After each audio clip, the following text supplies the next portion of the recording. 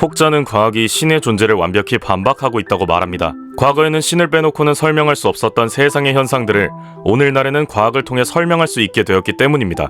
하지만 과학자들 중에서는 오히려 신이 존재한다고 굳게 믿으며 과학이 신의 존재를 증명했다고까지 말하는 이들도 있습니다. 그간 신의 반대말로 여겨졌던 과학이 도리어 신의 존재를 증명했다니 이것이 어떻게 가능한 것일까요? 사이언스 배슬이 알아보겠습니다. 우주의 비밀.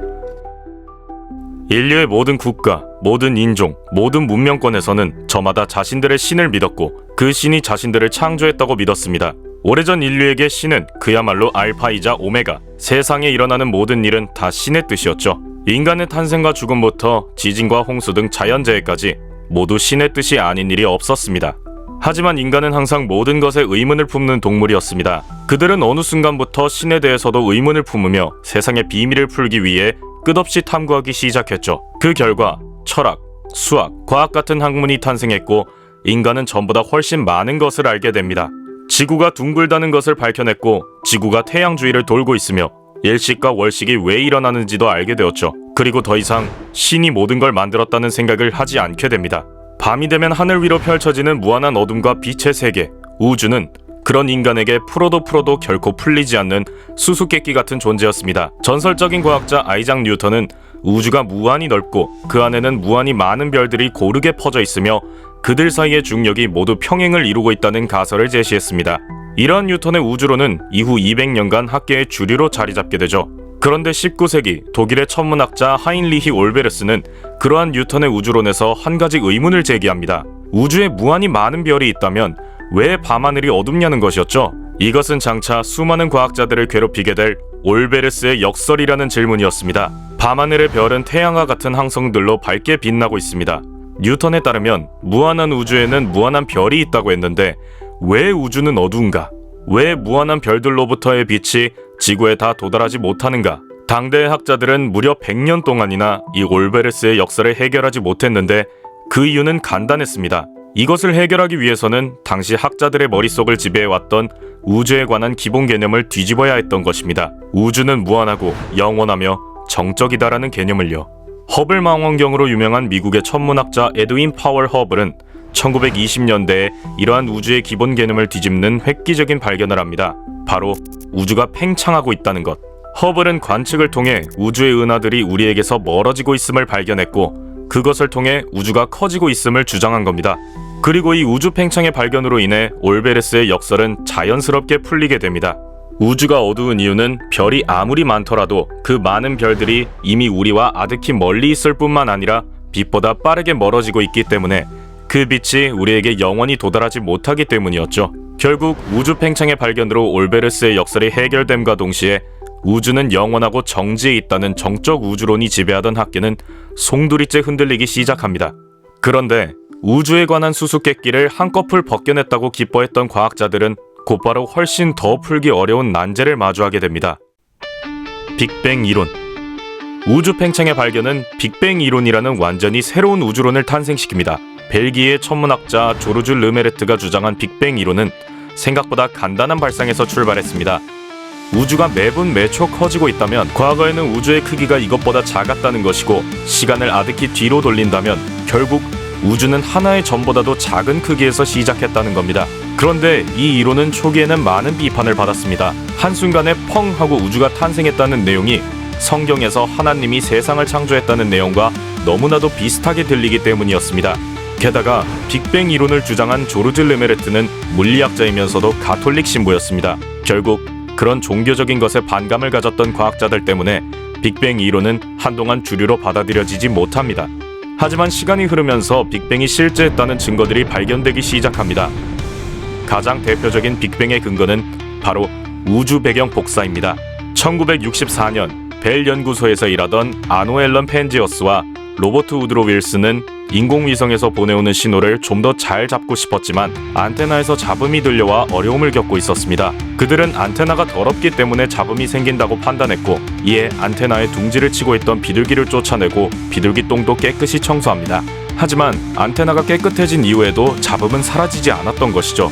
앨런 펜지어스와 로버트 윌슨은 이 골치 아픈 잡음의 원인을 찾던 도중 이것이 무려 빅뱅의 흔적인 우주 배경 복사라는 것을 알게 되고 이론 물리학자들의 도움을 받아 이를 논문으로 발표하기에 이릅니다. 우주 배경 복사란 우주 전체에 깔린 노이즈라고 말할 수 있습니다. 빅뱅 직후 우주는 플라즈마로 가득한 고온의 상태였는데 이 빅뱅의 여파로 생긴 빛이 현재 160GHz의 전자기파로 남아 우주 전체에 고르게 깔려 있다는 것이죠.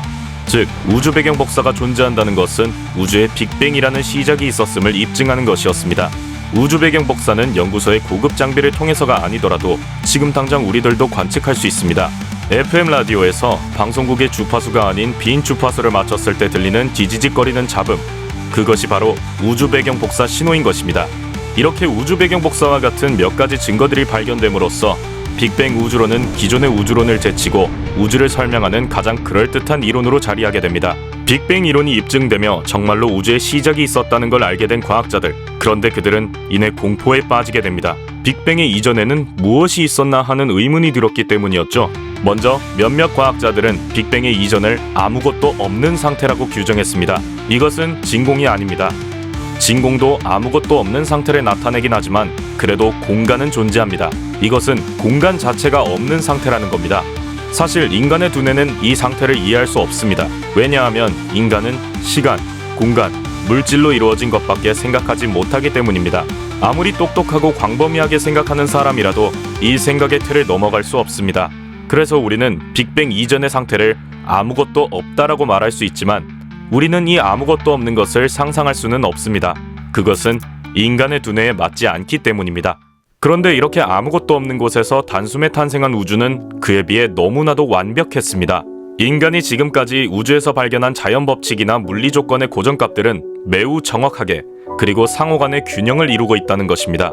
만약 이들 중 하나라도 아주 미세하게 달랐다면 우주와 생명은 우리가 아는 그대로 존재하지 않을 것입니다.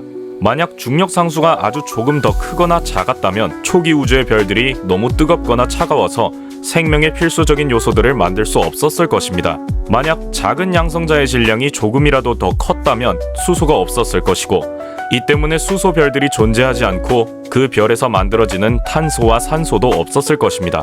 따라서 많은 과학자들은 우주가 처음부터 특정한 목적을 위해 완벽하게 조율되었다는 사실에는 동의할 수밖에 없었습니다.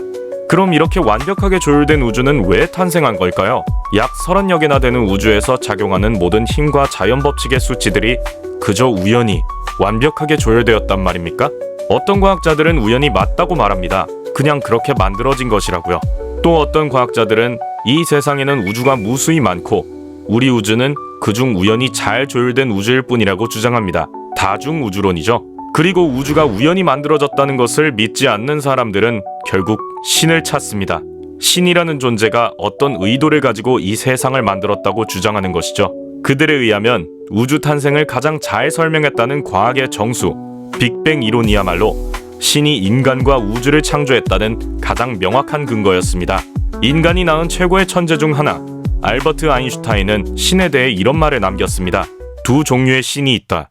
우리는 굉장히 과학적이어야 하고 정확한 정의를 내려야 한다. 만약 신이 우리와 함께하는 인격적 신이라면, 그리고 바닷물을 가르고 기적을 보이는 신이라면 나는 그러한 신은 믿지 않는다. 크리스마스에 자전거를 사달라는 기도를 들어주시는 신, 이런저런 소원을 들어주시는 신이라면 나는 믿지 않는다.